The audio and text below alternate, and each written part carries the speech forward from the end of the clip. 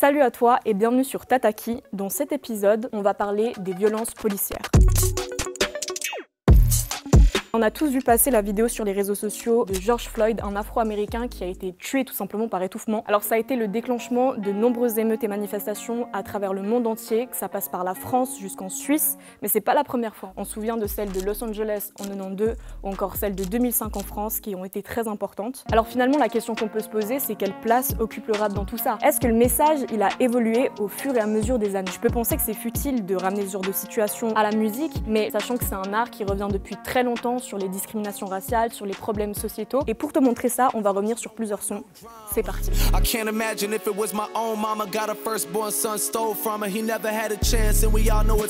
Alors le premier morceau sur lequel je voulais revenir, c'est Fuck Da Police de NWA, qui pour contextualiser l'époque est sorti en 88. C'est un morceau que je cite parce qu'il a marqué l'histoire du hip-hop. C'en est devenu un slogan qui est même réutilisé au jour d'aujourd'hui.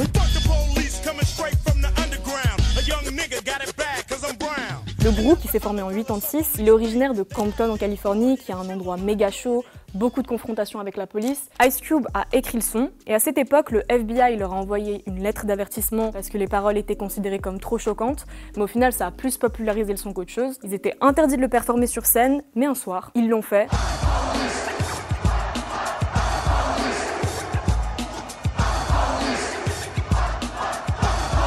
Résultat, la police débarque, tout le monde est déchaîné, ils finissent par se faire arrêter. À partir de là, ils sont définis comme le groupe de rap le plus dangereux au monde. Et pour te balancer une petite anecdote un peu plus récente, Anonymous aurait même été jusqu'à pirater les radios de police pour passer le son, pour te montrer à quel point il a marqué. Comme on va le voir dans cette vidéo, il y a plusieurs types de lyrics. NWA, il est plus ancré dans un style brutal, provoquant, qui est au final très répandu dans les années 90. Si je pense à la scène française, t'as des artistes comme NTM, Assassin, Ministère amer. Au final, à cette époque, c'est juste un style qui est très répandu parce que c'est une réponse à l'accumulation de toutes ces violences. Et ça me permet en fait d'enchaîner avec un autre groupe de rap, Public Enemy, qui la même année sort son album. Et eux, ils ont un autre style de lyrics qui est beaucoup plus argumenté et construit.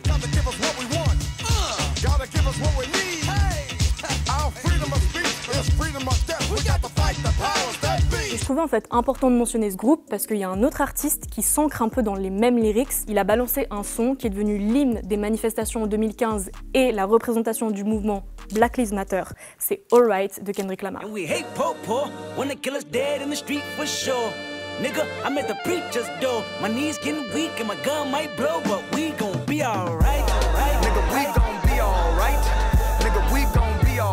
Alors Kendrick Lamar, c'est le lyriciste par excellence. Son clip, il a reçu plusieurs récompenses. T'as énormément de scènes marquantes, je te conseille d'aller le regarder.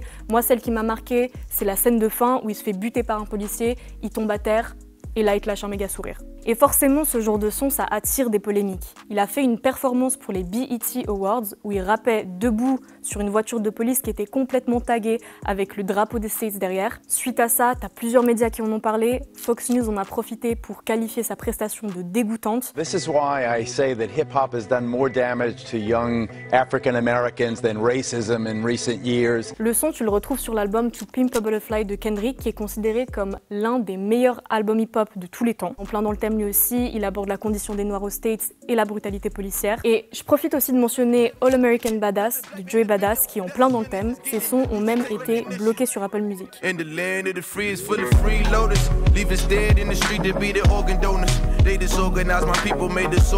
Alors maintenant, on va revenir sur un clip d'un artiste qui a envahi les réseaux sociaux. C'est This Is America de Childish Gambino. Clip méga intriguant, il te parle de tout. Des armes à la violence dans l'industrie du divertissement, toujours en fait avec une pointe d'humour, mais aussi de la peur générée par les flics quand t'es noir aux States. This is America. Don't catch you slipping now. Don't catch you slipping now. Look what I'm whipping now.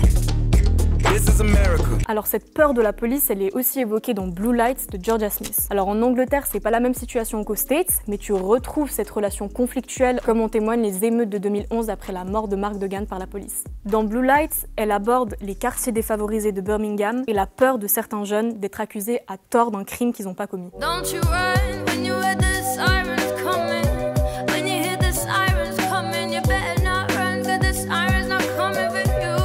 Elle a écrit ce son à seulement 17 ans. C'est assez dingue quand tu remarques la maturité et la gravité du message. Et un autre truc méga surprenant, c'est que le son il a été revisité par le rappeur français Dossé. Vas-y cours, enfoiré cours dans cette jungle urbaine. Soit tu crèves, dans la rue y'a pas de suspense. J'entends le bruit des sirènes et ça me crée des acouphènes. Ce qui nous amène à parler de la scène française, et là j'ai remarqué qu'il n'y a pas beaucoup de sons qui abordent les violences policières. C'est plus des punchlines. Y'a pas qu'au USA que la police tue les jeunes.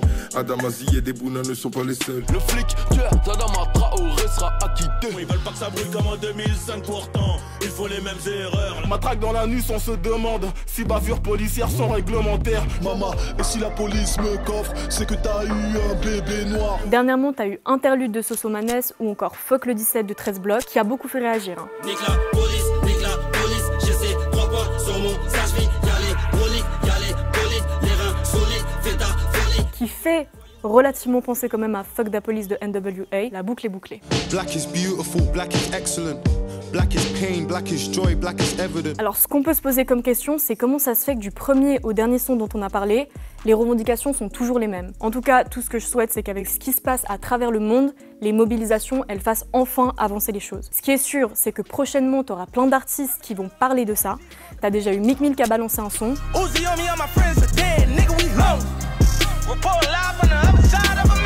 Je mise bientôt sur un Kendrick Lamar. Quels sont vos pronostics? Merci d'avoir regardé cet épisode, j'espère que ça t'aura plu. Tu peux liker cette vidéo, la partager, t'abonner à Tataki. Tu peux aussi aller checker les playlists sur toutes les plateformes de streaming. En attendant, nous on se retrouve pour un prochain épisode. Ciao! What's a mob to a king? What's a king to a